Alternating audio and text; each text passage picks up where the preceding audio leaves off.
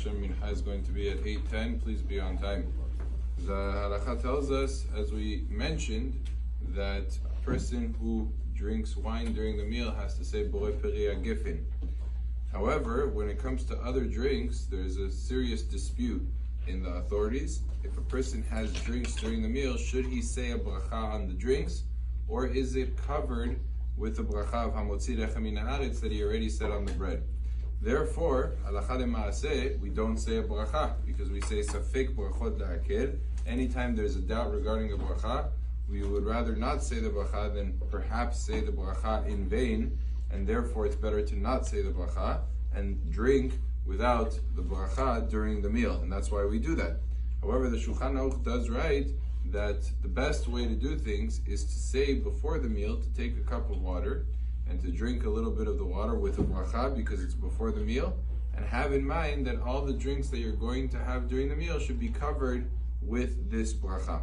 There's just one catch. When it comes to water, you're only allowed to make a bracha on water if you're thirsty. If you're only saying the bracha in order to have a bracha, you can't do it on water because water doesn't have any flavor.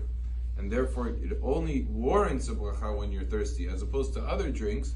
Let's say he wants to take a little bit of orange juice, even if he's not thirsty, still it tastes good. He's required to say a bracha on the orange juice. So therefore, if you're using water, just make sure you're thirsty. If you want to use other drinks, or if you want to even use sugar and say a she'akot on sugar or something else like chocolate or whatever else, then you can say a she'akot and have in mind the drinks because it's the same bracha.